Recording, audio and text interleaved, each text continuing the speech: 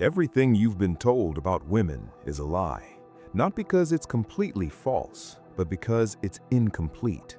And that missing piece, it's exactly why things keep collapsing in your life, quietly, repeatedly, and right in front of you. You think you're losing because you're not attractive enough, not successful enough, not confident enough.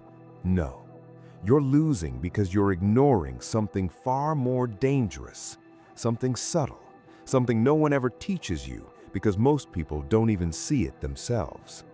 And here's the part that will bother you. You've already felt it happen. That moment when everything seemed fine and then suddenly something shifted.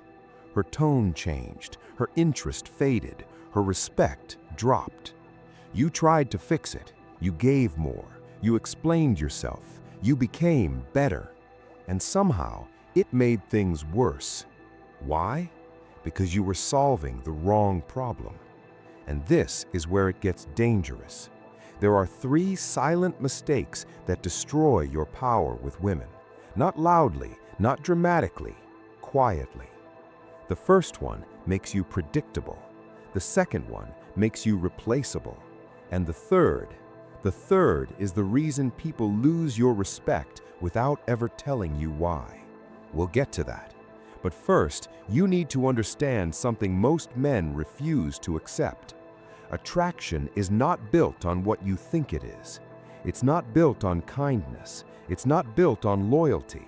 And it's definitely not built on how much you're willing to give. That's what you've been taught. That's what you've been sold. But reality operates differently. Because attraction doesn't reward effort. It rewards perception. And perception is not controlled by what you do. It's controlled by what you allow. Read that again, because this is the first truth most people miss.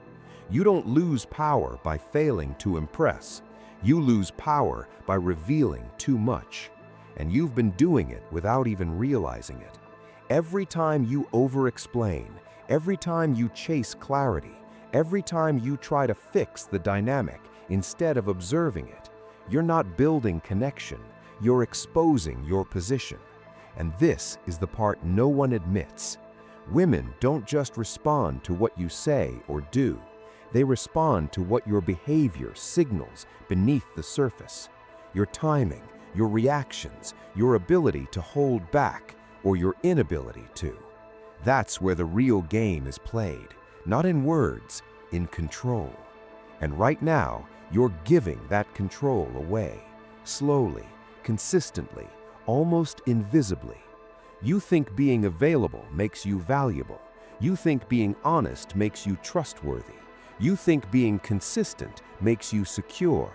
But in reality, it's making you easy to read, easy to predict, easy to replace. And once someone can predict you, they stop respecting you. Because there's no risk, no tension, no uncertainty. And without uncertainty, there is no psychological pull. This is the second truth. People don't stay engaged with what they fully understand. They stay engaged with what they're still trying to figure out. Which means the moment you become completely transparent, you lose the very thing that made you interesting in the first place. And you felt that, didn't you? That slow shift, that subtle distance, that unspoken change in how she looks at you. You told yourself it was temporary. You told yourself she was just busy. But deep down, you knew something changed, and you ignored it. Because facing it would mean accepting something uncomfortable, that maybe you caused it. Not by doing something wrong, but by revealing something you should have kept controlled. And this is where it all starts to collapse. Not because you lacked value, but because you displayed it the wrong way, too openly, too quickly, too predictably. But here's what you didn't notice. The moment you started trying harder was the exact moment you started losing. Because effort, when misplaced, doesn't increase attraction. It exposes desperation. And desperation is the fastest way to erase respect. Now here's the uncomfortable question. How much are you losing right now? respect, attention, position, all slipping quietly while you convince yourself everything is fine. Most people will never admit this. If you do, comment, "I see the game." Good. Now we get into the part most people avoid, the first mistake. The one that looks harmless on the surface, but quietly destroys your position before you even realize what's happening. It's not what you say, it's not what you do, it's how available you become without being asked. And this is where it gets dangerous. You've been conditioned to believe that showing up more, texting more, giving more attention proves your value. But it doesn't. It does the opposite. Because when you make yourself constantly available, you remove friction. And without friction, there's no tension. Without tension, there's no curiosity. And without curiosity, there's no pursuit. You think you're building connection, but what you're actually doing is eliminating the very thing that creates it. Let me show you what's really happening beneath the surface. Every interaction you have is being evaluated, not consciously, not logically, but instinctively. She's not asking, is he a good person? She's asking, without words, how much control does he have over himself? And every time you respond instantly, every time you rearrange your priorities to fit her schedule, every time you're always there, always ready, always predictable, you're answering that question, loudly and incorrectly. You're telling her, "I don't have control." And once that signal is sent, something shifts, subtly but permanently. Because control is tied to value, and value is tied to scarcity. If something is always available, it loses weight. This is the part no one admits. You didn't lose her interest because you weren't good enough. You lost it because you made yourself too easy to access, too easy to understand, too easy to have. And humans don't chase what feels guaranteed. They chase what feels uncertain, what feels just slightly out of reach. Now pause for a second. Think about your last interaction. How quickly did you respond? How often did you initiate? How much space did you leave for her to think about you? Or did you fill every gap with your presence? And this is where it gets uncomfortable. Because most men don't fail due to lack of effort. They fail because they overinvest too early. They give attention before it's earned. They give time before it's reciprocated. They give access without resistance. And that imbalance, it doesn't go unnoticed. It gets felt. And once it's felt, it changes how you're perceived. You move from being a priority to being an option. And options are easily replaced. But here's what you didn't notice. The more you sense that shift, the more you try to compensate. You text more, you try harder, you become more understanding, more available. You think you're fixing the problem, but you're feeding it. Because now you're not acting from control, you're reacting from fear. Fear of losing her, fear of being ignored, fear of being replaced. And that fear leaks into everything. Your tone, your timing, your energy. Even your silence starts to feel heavy. And once fear enters the dynamic, respect exits, quietly, completely. This is the third truth. Attraction cannot survive where fear is present, because fear makes you predictable, and predictability kills tension. And tension is what keeps people emotionally invested. Now here's the trap. You think the solution is to pull back, to suddenly act distant, to play games. But forced distance is still reactive. It still comes from the same place, lack of control. And people can feel that. They always do. Real control isn't about acting unavailable. It's about being unavailable when it matters, not as a strategy, but as a standard. And this is where most people fail, because they don't have standards, they have impulses. They respond when they feel like it. They give when they feel like it. They chase when they feel uncertain. And all of that creates a pattern that can be read, predicted, controlled by someone else, which means you're no longer in the position of power. And this is where everything begins to collapse. Not because she changed, but because your behavior revealed something. something you didn't even realize you were showing. And we haven't even touched the second mistake yet, the one that makes you not just predictable, but replaceable. And once that happens, recovery becomes almost impossible. Most people won't even recognize it until it's too late, but you will, because now you're starting to see the pattern. If that's true, don't just watch silently. Comment, "I won't be predictable." Now we get to the second mistake, the one that doesn't just weaken your position, it erases it. Quietly, without confrontation, without drama. You don't even realize it's happening until you feel the shift. Less attention, less effort, less respect. And by then, you're already replaceable. Here's the mistake. You make her the center before she's earned that position. And this is where everything flips, because the moment you place someone above you in priority without mutual investment, you destroy the balance. Not emotionally, structurally. You change the hierarchy. And once that hierarchy changes, her perception of you changes with it. Because value is not just about what you bring, it's about where you place yourself. And when you start orbiting around her, adjusting your time, your focus, your energy, trying to be there, trying to show effort, you're sending a signal that most people never consciously understand, but they always feel. You matter more than I do. And that is the beginning of replacement. Because people don't respect what puts itself beneath them. They consume it, they enjoy it, but they don't value it. And this is where it gets uncomfortable.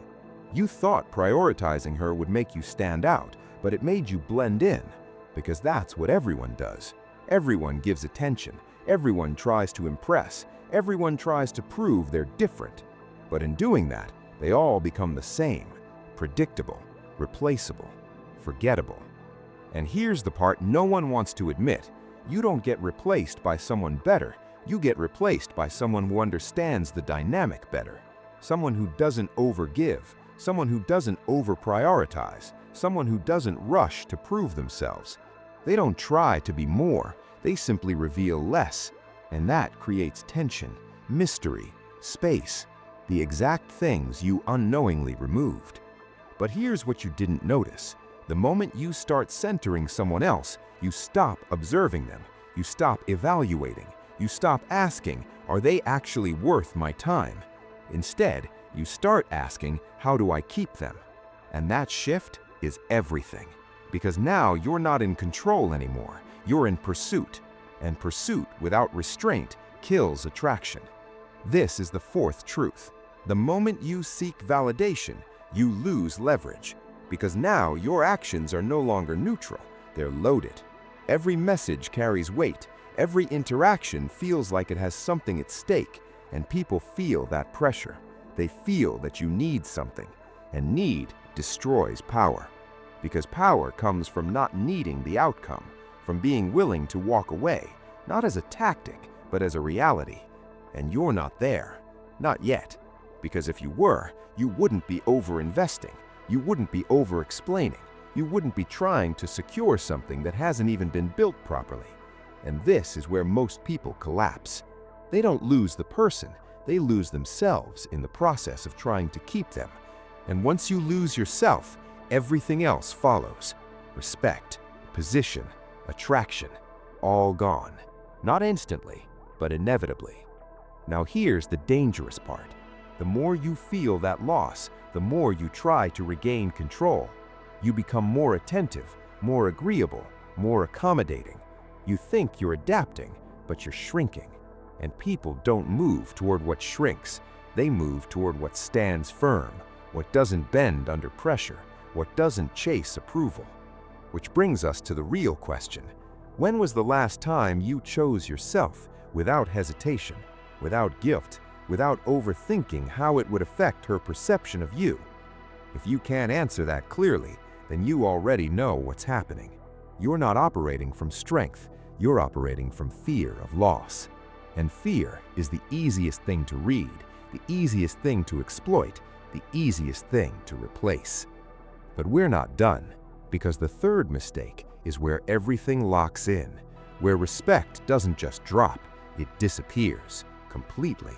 And once that happens, even if she stays, you've already lost. Most people will hear this and still ignore it.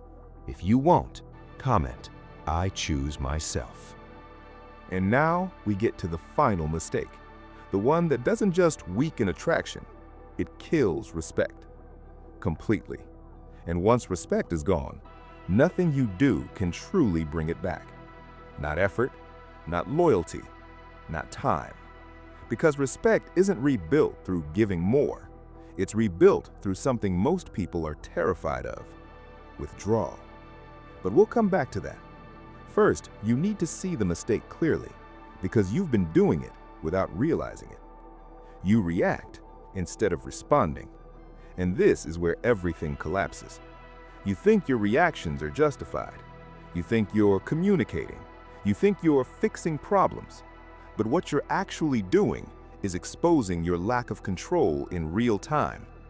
Every emotional reaction, over-explaining, defending yourself, trying to correct how you're perceived, seeking reassurance, all of it sends one message beneath the surface: I am affected and I can't hide it. And that might sound normal to you, but psychologically, it changes everything. Because the moment someone sees that they can influence your emotional state, they gain power over you. Not intentionally, not consciously, but structurally. The dynamic shifts. You are no longer the one holding frame. You are the one reacting to it. And this is the part no one admits. Respect is not lost through mistakes. It's lost through repeated emotional exposure, through showing again and again that your internal state depends on external behavior. And once that pattern is seen, it cannot be unseen. You become readable, controllable, predictable, and eventually replaceable. This is the fifth truth. The more someone can move you emotionally, the less they feel moved by you. Sit with that, because it explains everything you've experienced but couldn't put into words. Why things felt intense at the beginning and then slowly faded. Why your effort increased while her investment decreased. Why you kept trying to fix something that only got worse the more you touched it. You weren't stabilizing the situation. You were destabilizing your position, reaction by reaction, moment by moment, until there was nothing left to hold on to. And here's where it gets brutally honest. Most people know this. They feel it happening, but they don't stop. Because reacting feels natural. It feels justified. It feels necessary. Silence feels weakness. Control feels unnatural. So they keep reacting and slowly lose everything. Not because they weren't enough, but because they showed too much, too quickly, too emotionally, too predictably. And this is why withdrawal becomes the only path back.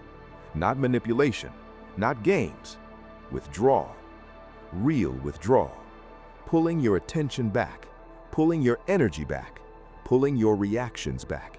Not to create distance, but to restore control. Because control is the foundation of everything. Without it, you are at the mercy of someone else's behavior. With it, you become untouchable. And here's the final truth most people will ignore. You don't rebuild respect by convincing someone. You rebuild it by becoming someone who no longer seeks it. Someone who doesn't chase clarity, doesn't chase validation, doesn't chase outcomes. Because the moment you stop chasing, you stop leaking power. And the moment you stop leaking power, everything changes. Not instantly, not magically, but undeniably. People feel it, they adjust to it, or they remove themselves from it. Either way, you win, because you're no longer dependent, and that's the position you were supposed to be in from the start.